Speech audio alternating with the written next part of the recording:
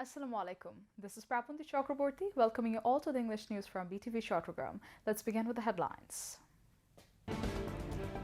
ECNIC approves 9 projects involving overall estimated cost of more than 3,700 crore taka.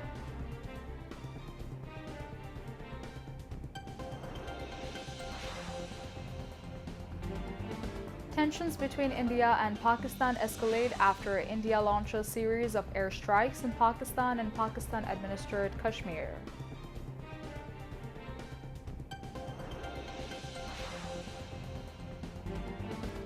Supreme Court's Appellate Division fixes May 13 for resuming hearing on Jamaat-e-Islami's appeal against High Court verdict scrapping its registration.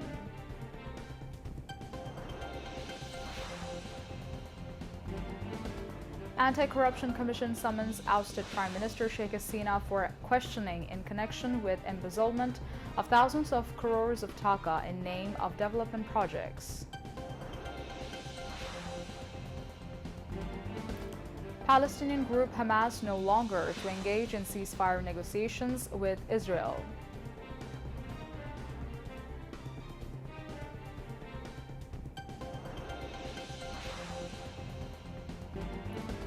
And Inter Milan beat Barcelona by 4-3 in second leg of UEFA Champions League semi-final at San Siro in Milan.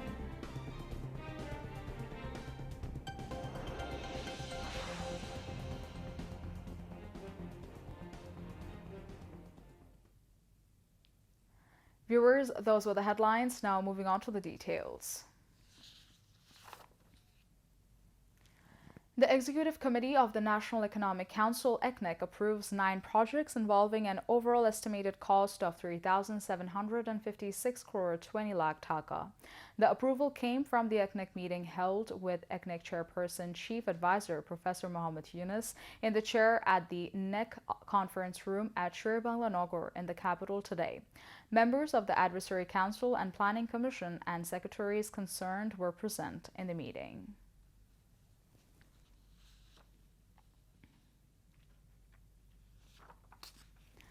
Tensions between two South Asian neighbors, India and Pakistan, escalate after India launches a series of airstrikes in Pakistan and Pakistan-administered Kashmir earlier hours of today. India said it was retaliation for a deadly militant attack killing 26 tourists in Pahalgam of Indian-administered Kashmir on 22nd of April.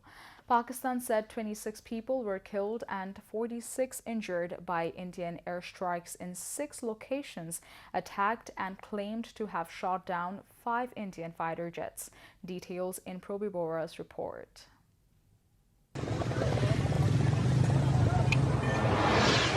India claimed it targeted 9 sites describing as terrorist infrastructure in a non-escalatory manner. It also denied hitting any Pakistani military facilities. But Islamabad accused India of hitting civilian targets in the airstrikes and vowed to respond. India's army said at least 15 civilians were killed by Pakistani shelling on its side of the de facto border. Delhi said at least 10 people died and 32 injured in the crossfiring. Relations between these two nuclear-powered neighbors have declined sharply following last month's deadly militant attack in Pahalgam, raising concerns in the region. United Nations Secretary General Antonio Guterres on Tuesday called for military restraint from India and Pakistan. Also, a number of countries, including the US, UK, Russia, China, France, Germany, Turkey, and Afghanistan, urged India and Pakistan to avoid the tension which may degrade the situation. Meanwhile, nearly 550 scheduled flights have been cancelled in India and Pakistan since the Indian airstrikes, causing sufferings to the thousands of passengers on both sides. Indian officials said they have found links between the attackers and Pakistan, a charge Islamabad strongly denied earlier, reiterating that the allegations are baseless. Indian-administered Kashmir has seen a decades-long insurgency which has claimed thousands of lives. India and Pakistan have fought a series of wars since gaining their independence from Great Britain in 1947, largely over the Kashmir region, to which both countries lay claim. Following the Pahalgam attack, both countries have announced a range of retaliatory measures against one another, including closing borders and suspending a river water treaty. Troops from both sides have also traded small arms fire. The tension have risen in the region following Indian airstrikes and Pakistan's vowing to respond, though the mass people are against any kind of war because the war can't bring anything good for them, only sufferings. Probir Borua, BTV Chattogram.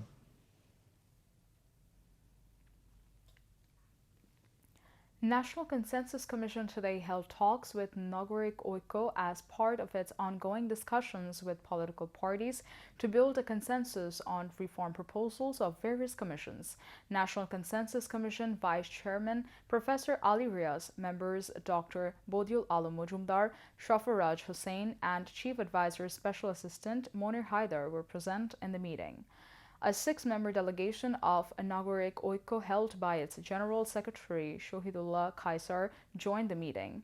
Ali Riaz said each political party will have a different position, but they have to come to a consensus on some fundamental points. He said discussions alone are not enough. Political parties must also reach a consensus through dialogue with both their allies and opponents to move forward with the goal of establishing a national charter.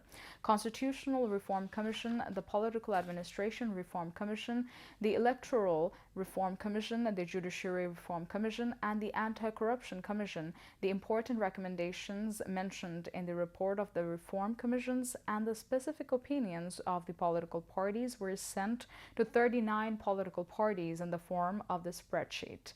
So far, 35 political parties have submitted their opinions to the Commission. Earlier, the Consensus Commission began formal discussions on March 28th to finalize the recommendations made by the Reform Commission. The Commission has already concluded the initial phase of discussions with 25 political parties, including the Nagorik Oiko. The Appellate Division of the Supreme Court today fixed May 13 for resuming hearing on Jamaat-e-Islami's appeal against a High Court verdict that scrapped its registration with the Election Commission as a political party. Jamaat's lawyer, Mohammad Shishir Monir, said full bench of the Appellate Division headed by Chief Justice Said Rifat Ahmed set the date. Jamaat's appeal hearing began on March 12th this year following a significant development last October when the Appellate Division revived its previously dismissed appeal. The revived appeal had earlier been set for hearing on September 1st, a date fixed by the Chamber Judges Court of the Appellate Division. Jamaat lost its registration status when the High Court declared the party's registration illegal on August 1st in 2013. The Election Commission later issued a notification challenging and canceling the registration on December 7th in 2018. Jamaat challenged the High Court's verdict, but the appeal was dismissed in November last year by a six-member appellate division bench headed by the then Chief Justice Obaidul Hassan due to the absence of the party's lead counsel.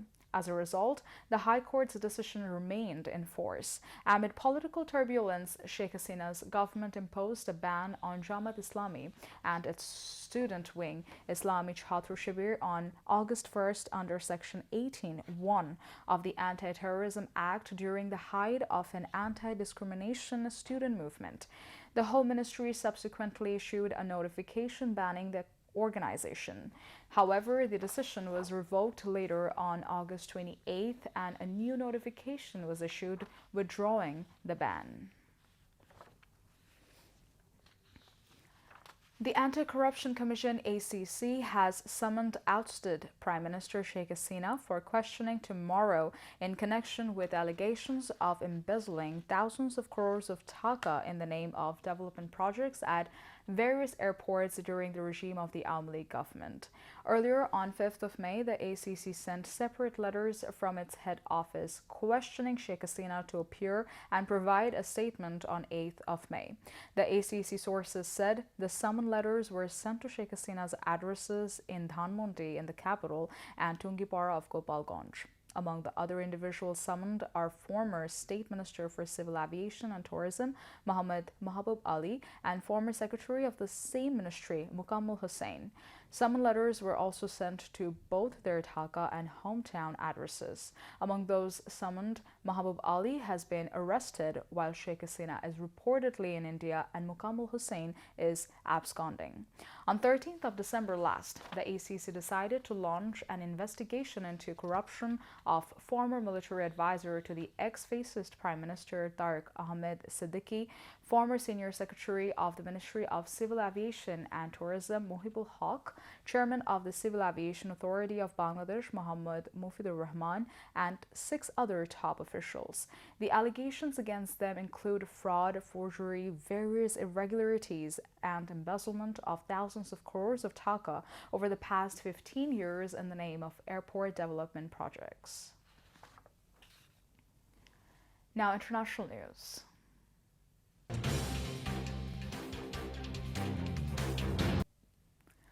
Palestinian group Hamas said it will no longer engage in ceasefire negotiations with Israel, seeing no point in doing so as long as the hunger war and extermination war continues on the Gaza Strip.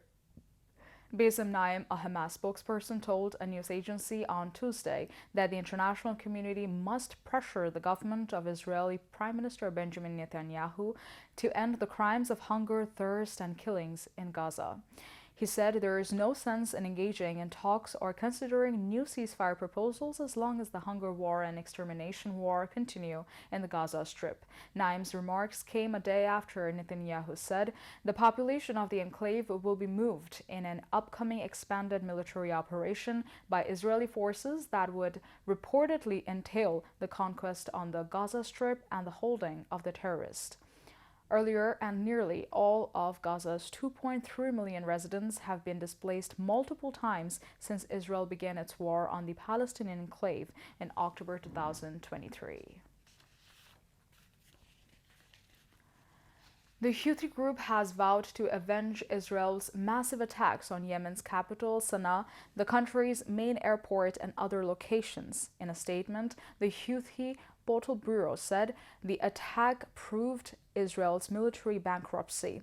Meanwhile, the Israel attack has destroyed Yemen's Sana'a airport. The Houthi group said 3 people were killed and at least 38 people injured in the attack. Several cement factories and power plants were also targeted in the attack. Israel claimed Sana'a airport was being used to supply weapons and manpower to the Houthis. Israel said the attack was carried out in protest of the Houthis' missile attack on the country's Ben Gurion airport. Back to national news. Engineers Day was celebrated by the Engineers Institute of Bangladesh with the theme Engineer Leadership is Essential for Building a Self-Reliance and Sustainable Development Framework for the Country. The Institution of Engineers Bangladesh IEB Chattogram Center brought out a rally on this occasion today. The rally paraded the Lalkhan Bazaar and Gajid Theory areas of the city. IEB Chattogram Center Chairman Engineer Manjuri Khorshid Alam, Vice Chairman Engineer Muhammad Shakawat Hussain, Honorary Secretary Engineer Khan Muhammad Aminur Rahman, and members of the organization participated in the rally. Earlier, the guest inaugurated the Engineers Day program by hoisting the national flag and the EUB flag on the premises of the IEB Chattogram Center. Other programs of the day included assistance to the injured of July-August mass uprising, free medical checkup, and distribution of prizes among the winners of internal sports competitions. Now, sports news. Football. Inter Milan beat Barcelona 4-3 in the second leg of the UEFA Champions League semi-final at San Siro in Milan. Inter Milan substitute David Vertesi struck an extra-time winner to send his side into the Champions League final following a barnstorming 4-3 victory over Barcelona after Francisco Azarbai had rescued them from the brink of elimination with a stunning equalizer deep in added time. However, Barca woke up in the second half of Eric Garcia and Dani Olmo netting within 6 minutes to level the scoring, and even though Sommer worked his magic to help keep the hosts alive, the Catalans thought they had scored the winner through Rafinha, and who struck those from close range in the 87th minute. But as Inter made a desperate run for an